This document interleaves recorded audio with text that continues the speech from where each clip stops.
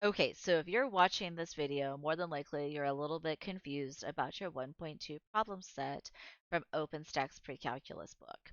And if you're a little confused, what I'm going to do is I'm going to go through all the odd number questions. I understand that the answers are in the back, but just because the answers are in the back doesn't mean that you understand how the book came across or came up with those particular solutions. So hopefully you'll be able to find an odd problem, look at the video, and then be able to do the even question if what you're confused on is the even question. All right, so let's go ahead and get started. So the first thing is this first question, which is, why is the domain different for different functions? Well, the domain will be different for different functions because you could have a piecewise function, you could have, and the piecewise function could be determined based upon a given, restriction from a real life example.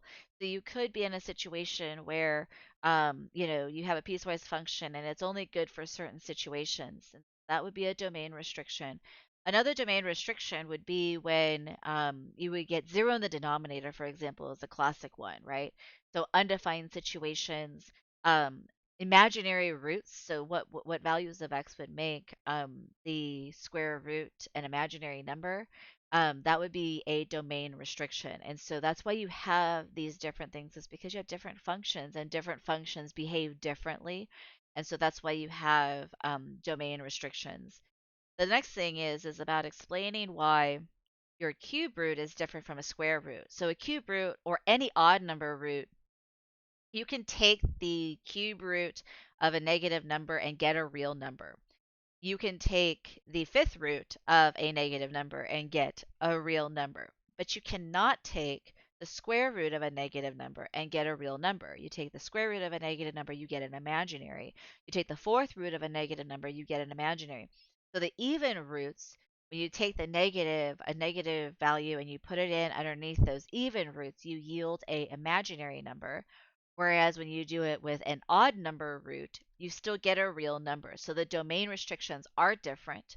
The cube root has all real numbers as its domain, whereas a square root or an even root would have the domain restriction where you had to be bigger than or equal to 0. Okay, so that's that. And then the next one is, how do you graph a piecewise function? Well, you graph a piecewise function by taking each function separately and doing it for that specific domain restriction. So I would take my equation and I would graph it for that specific domain. Take the first one, be very methodical about it. Then take the second one if there's a second one and do that with that domain restriction. Take the third one and do that particular domain restriction. And if there's a fourth one, and you just keep going down, just keep being methodical about what you're doing, and then you graph it on one coordinate plane. Even though OpenStax did those three on three separate graphs and then put them together, you want to graph it on one coordinate plane in the end.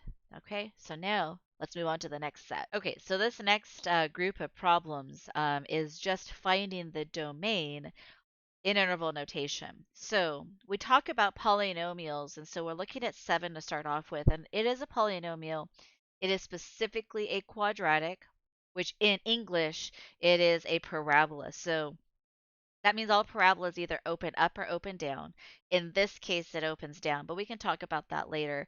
All it really matters is that because it's a parabola, the domain is actually all real numbers. So I can plug in positive numbers in for x or negative numbers in for x, and I'm still going to get no zero in the denominator, no imaginary numbers. And so 7, its domain is from negative infinity to positive infinity. Okay. And then we'll move on to 9. So 9 square root. So remember, oops, I wrote 8. So 9, remember, with a square root, I can't have imaginary numbers, right? So I need to make that square root bigger than 0. It can't be equal to 0 because it's not in the denominator at all. And so now I'm going to go ahead and solve this inequality. So I'll subtract 6, so I get negative 2x is bigger than or equal to negative 6. And then I'm going to divide both sides by negative 2. And what happens when I divide both sides by negative 2 is I have to switch the direction of that inequality sign. So it's super important. Anytime you multiply or divide by a negative number, you have to switch the direction of the alligator mouth. Okay, so you have to switch the direction of the inequality sign. So I go from negative infinity to 3, and I can be equal to 3, so it is a closed bracket. Parentheses would be for um, not equal to, because I can't be equal to infinity, and then closed bracket can be equal to. So that's 9. And then 11 is our next one. So again, positive underneath the square root. So x squared plus 4 has to be bigger than or equal to 0. X squared has to be bigger than or equal to negative 4. And then you're like, wait a second, when I take the square root of both sides, I'm actually going to get an imaginary number, right? Well, I'm going to get an imaginary number, which means that it doesn't make any difference whether I plug in a positive or a negative number in for x. I will always get a positive number. So there's no domain restrictions on this. This is all real numbers. Okay, so now what I want to do is I want to look at 13. Cube root. Okay, so cube root now. Remember my cube root here, that x minus 1, I could take the cube root of any number, and I'm always going to get a real number. So this is all real numbers. Again, it would be different if it was an even root. So a fourth root, a sixth root, a square root, that would be different because I could take something and I end up with a imaginary number. But a cube root, a fifth root, all the odd number roots like we just talked about, it will always give you a real number. So it is from negative infinity to positive infinity. Okay. Moving right along, we're going to look at 15. 15 is different. 15 has a spot where you could have 0 in the denominator. So 4x plus 2 cannot be equal to 0. So when I solve this, I get 4x cannot be equal to negative 2. So x cannot be equal to negative 1/2. So my domain restriction is from negative infinity to negative 1/2, parentheses, union, parentheses, negative 1/2 to positive infinity. And that gives me that domain. Okay, and then 17 is going to follow a similar suit. 17, I can't have my denominator be equal to 0. And so when I do this, you got to be careful now. So I have to actually factor this in order for me to figure out where I can't be equal to 0. I showed probably factoring in a different video lesson, but in a sense, what I want to do is I want to find two numbers, so two factors of 22 that multiply to negative 22 that add to give me 9. So those two factors, so factors of 22 are 1 and 22 and 2 and 11. Well, which one is going to give me 9? A positive 9 will be a positive 11 and a negative 2. So I put my x in front. And then I have both of them set equal to, or not equal to in this case, 0. So x plus 11 not equal to 0, and x minus 2 not equal to 0. And then I solve, so I get x cannot be equal to negative 11, and x cannot be equal to 2. So this is how we write our domain. Negative infinity to negative 11, union negative 11 to 2, union 2 to positive infinity. And now that's how we write our domain, because I can't be equal to negative 11 and I cannot be equal to 2. Okay, so we have to split up that interval. Okay, so 19. 19 looks exactly the same. Okay. Let's be clear though about something. So this first one, the x minus 3 wasn't going to cancel out. It actually does not matter whether or not the numerator cancels out or not. Anything that makes the denominator equal to 0 is going to be a domain restriction. Okay. But we will specifically talk about what happens when your rational function cancels out. But for now, all we're doing is trying to make it so that, ignoring the numerator, we're just trying to make the denominator not equal to 0. We'll talk about canceling stuff out later. We'll talk about what that actually is called. But for right now, just this domain restriction, we're looking at the denominator. So two numbers that multiply to give me negative 15 that add to give me negative 2. So factors of 15 that would work would be negative 5 and a positive 3. So that x minus 5 cannot be equal to 0 and x plus 3 cannot be equal to 0. So I get x cannot be equal to 5 and x cannot be equal to negative 3. So my domain restriction is negative infinity to not to positive infinity. Negative infinity to negative 3, union negative 3 to 5, union 5 to infinity. Okay? That gives me 19. I now then need to go to 21. 21 is a little bit different. Change colors again. 21 is a little bit different because not only does it have a square root, but that denominator also cannot be equal to 0. So 21 is a little bit special because that 5 minus x has to be bigger than 0 and also not equal to 0 because otherwise I get 0 in the denominator. So now I solve this, so I get negative x is bigger than negative 5 because I subtract 5 on both sides.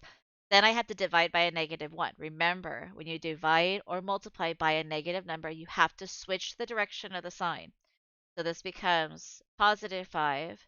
So then now my domain restriction is negative infinity to 5, and it is a parentheses, not a closed bracket. Okay, so now we're going to look at 23. And now 23 has two restrictions. I have a restriction in the denominator, so I have an issue where my x minus 4 has to be bigger than 0, not equal to it. And I also have that x minus 6 has to be bigger than, or it can be equal to 0 because it's in the numerator and I can have 0 in the numerator. So now when I solve, I get x is bigger than 4 and also x is bigger than or equal to 6. Well, so on a number line, remember, I have 4 and I have 6. I can't be less than 6 here, so this doesn't work. So between 4 and 6 doesn't work. Smaller than 4 doesn't work. So I have to actually be bigger than or equal to 6. So my domain restriction is 6 to a positive infinity. And so I graphed it on a number line because I wanted to show you guys that between 4 and 6 actually doesn't work. It only works when I'm bigger than 6 or equal to 6, and I can't have bigger than 4. Okay, so we have to go with the most restrictive part of the domain. And now we'll look at 25. So 25 is x squared minus 81 cannot be equal to 0. So this does factor. If you don't remember your difference of squares, you can do the same exact little, x thing.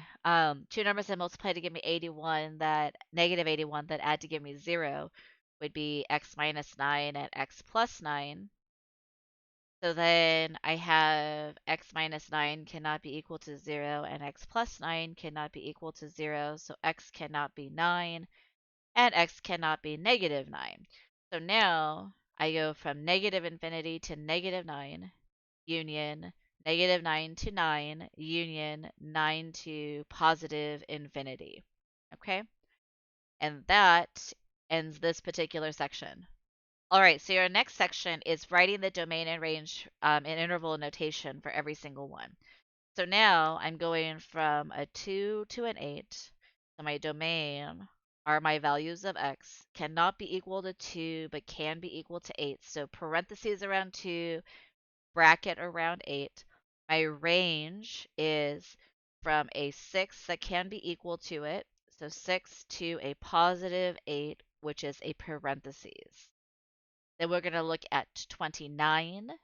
29 goes from negative 4 to 4, so my domain is a bracket at negative 4 and a bracket at 4. And then my range is a parentheses, sorry, not a parentheses, a bracket, because I can be equal to 0 and I can also be equal to 2. So I'm a bracket at both. Okay? And then we can jump down to 31. 31's domain is a bracket at negative 5 here, and then a parentheses at 3, and then my range is oops, sorry about that. My range is a bracket at 0. Now, what about 2? 2's weird because it's got a closed circle and an open circle. Well, because of that closed circle, the closed circle wins. So that 2 is actually bracketed because I do have a spot where it can be equal to 2. So that's where the range is a little bit strange. If they were both open circles, then it would have been in parentheses. But because there's one open circle and one closed circle, then it is a bracket. Okay. All right. So now let's look at some more. 33, my domain is less than 1, so that's infinity to 1, and it is a closed bracket. My range is the x-axis, so that, and it's bigger than 1, sorry, bigger than 0. So it's 0 to infinity is my range. And then my 35, be careful with 35. So my domain is from -6 to -1/6. I will take this very slow, -6 to -1/6, and then I go from a +1/6 to a 6.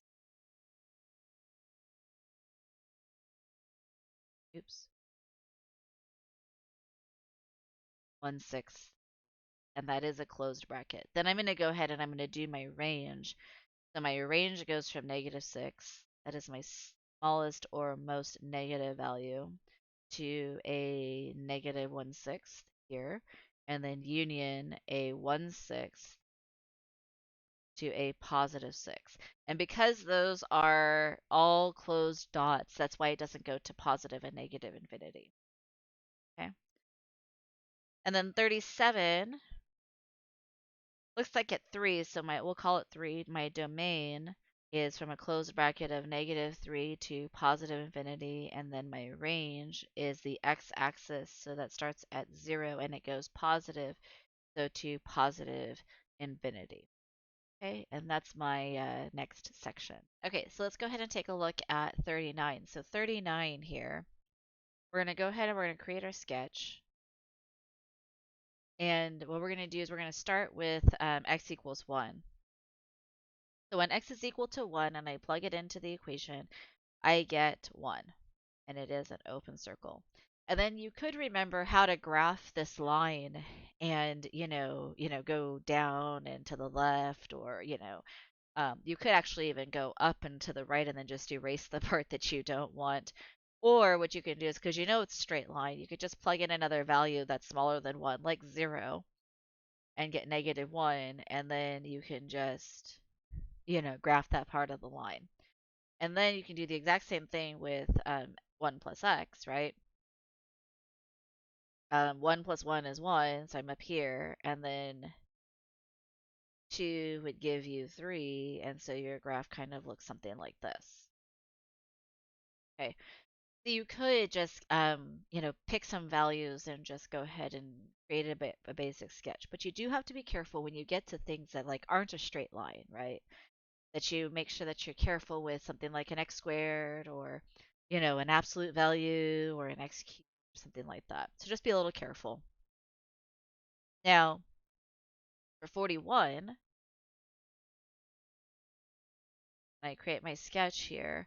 So smaller than 0, I'm at 3. Oops, and not equal to, so there is an open circle at 3. And I'm going to the left. And then for root x, at 0, I'm at 0. At 1, I'm at 1. At 2, at 4, I'm at 2. So my graph looks something like this. And again, label your axis so you don't have an issue. And the issue would be that nobody knows how you plotted it, except for you, because you're the one that did it, but your professor or your teacher would not know how you created your sketch. They can't give you credit. Okay, so now for x squared, 0, I'm at 0. I want smaller than 0, so -1, I'm at 1. -2, I'm at 4. So my graph looks something like this. And then for equal to 0, I'm at 2, right, for my second equation. And then at 1, I'm at 3. So then I go, okay. So that gives me 43. Now 44, just be careful with your x cubed thing. 45 will do, which is nice because that's the weird one with the absolute value. So 45 has the weird absolute value guy. I just wanted you to know about 44. Just be careful with it. Okay, so at 2 here, I'm at 2. Pretty cool. And I'm not equal to. I have an open circle. And then at 1, I'm at 1. At 0, I'm at 0. And then at negative 1, I'm at 1. Just be careful with the absolute value because it takes a turn and you wouldn't want to like extend that line into quadrant 3, so you wouldn't want to extend it down here because it doesn't actually go down into that quadrant. It goes back up. So just be a little careful. And then the second part of my equation is 1. So at 2, I'm at 1, and then I go to the right. Okay, so that gives me 45, and then that is the last of our graphing section. Okay, so this is where we're going to try to figure out, based upon the values of x that I'm given, am I using the top equation or am I going to use the bottom equation? And so I look at my first one here. So I want f of negative 3. And is negative 3 less than or equal to negative 3, or is it bigger than negative 3? Well, it's less than or equal to negative 3, and that value is 1. Now, what happens when I go to find f of negative 2? F of negative 2 is bigger than negative 3, so that gives me 0. F of negative 1 is also bigger than negative 3, so that gives me 0. And then f of 0 is still bigger than negative 3, so that is 0. So I have 3 of them where I use the bottom equation, and I used 1 of them for the top equation. And that just is just because of the values of x that I was specifically trying to evaluate based upon the directions. If I were to randomly ask you for f of negative 100, right, that would be less than negative 3, and so I would have used the top equation. Okay, so let's do a few more. So I want f of negative 1, which is that really big. So negative 1 is less than 0, so 7 times negative 1 plus 3, so I get negative 4. And then the next one that I want is f of 0. So f of 0, so 0 is equal to 0, so I'm going to use the bottom equation. So 7 times 0 plus 6, which is 6. Then I want f of 2. F of 2 is bigger than 0, so 7 times 2 plus 6. So 14 plus 6, which gives me 20. And then f of, not 3, 4. 7 times 4 plus 6, so 28 plus 6, which gives me 34. Okay, and then now I'm going to look at question 51. So 51 here, so I want f of negative 1, which is smaller than 0, so that's 5 times negative 1, which is negative 5. And then I'm looking at f of 0, which is the second equation, f of 0, which is 3. F of 2 is also still the same equation because it's between 0 and 3, and so that's still 3. And then the last one is x squared when you have bigger than 3, which f of 4, so 4 is bigger than 3. So I get 4 squared, which is 16. Okay, and that is my evaluation. So now what I'm going to do is I'm going to look at the domain of a piecewise function. And the one that I'm choosing right here is super easy because the values of x are already separated. So like literally it is just as easy as you think it is. Where I go from 1 to negative infinity and then I go from 1 to positive infinity. It literally is just that easy. The tricky one is, when I look at something where my domain is split between 0 and 2. That's the only one that's a little bit tricky, but essentially, like, It is just that. Um, and so that is just my interval notation. Okay, so here comes my technology piece. So in this technology question, what it's asking you to do is it's asking you to specifically graph the 1 over x squared function, the reciprocal squared function, divided by x squared. And what the program that I'm using right now is TI emulator. So Texas Instruments graphing calculator emulator. You could have used Desmos. That's totally okay. But it says to restrict the window. And so I wanted to, so we'll restrict the window for the first one here from the zero point 0.1 to the zero point 0.5. So when I hit graph, I get that L looking shaped graph. When I do it for negative zero point 0.1, so just be careful. That should be the maximum. So negative zero point 0.5, make sure you use the negative sign. Negative zero point 0.5 to negative zero point 0.1. And I hit graph. So that's what my graph looks like for the first one. So this is from negative zero point 0.5 to negative zero point 0.1, and then the other one was from zero point 0.1 to zero point 0.5. And what it's asking you to do is to define the range for it. So when I look at, so I'm going to create these sketches. So when I create the sketches for 55,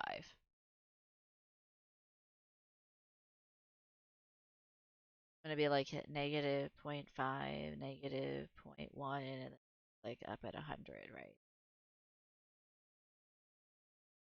So that's really what my viewing window. So my viewing window is from negative zero point 0.5 to negative zero point 0.1. And then they want the range for that particular viewing window. So how we find the range is we take my negative zero point 0.5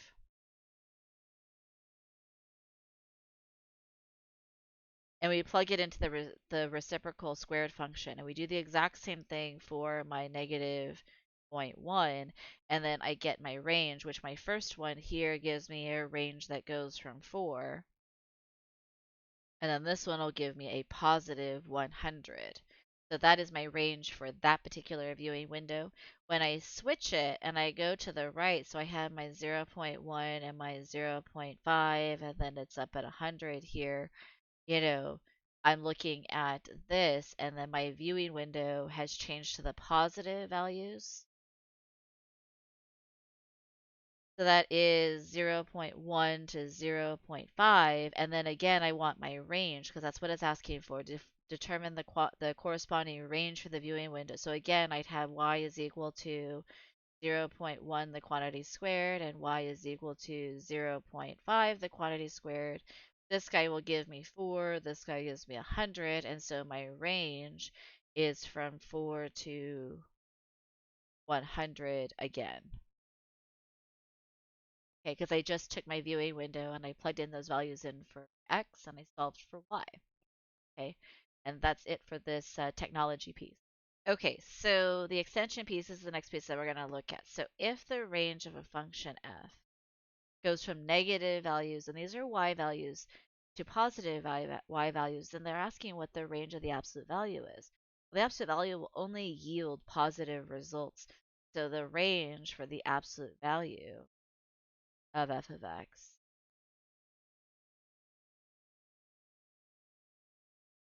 will be from 0 all the way to 8. So I won't get any negative numbers because then the absolute value of negative 5 would be a positive 5. The absolute value of a negative 4 would be positive 4, so on and so forth. Okay.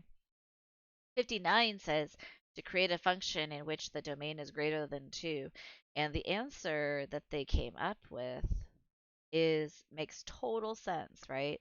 Is the square root of x minus 2 because first of all, it cannot be equal to 2. So x cannot be equal to 2 because that gives you 0 in the denominator. And then because of the square root, x has to be bigger than, 2. Otherwise, you get imaginary. And so that is the function that they created. Your answers can vary. There could be a different answer. Um, I'm always good with, piecewise functions that are, I guess, not multiple pieces.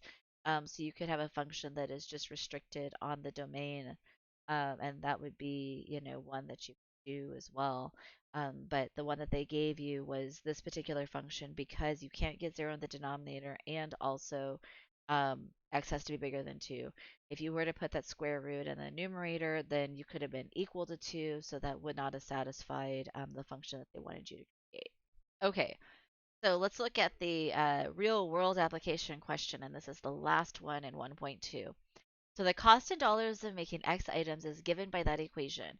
Part A is asking you to find the fixed cost when 0 items are produced. So 0 items being produced, if X represents the number of items that are being produced, then I want X to be equal to 0. So A, I want to figure out what the cost is when I make 0 items.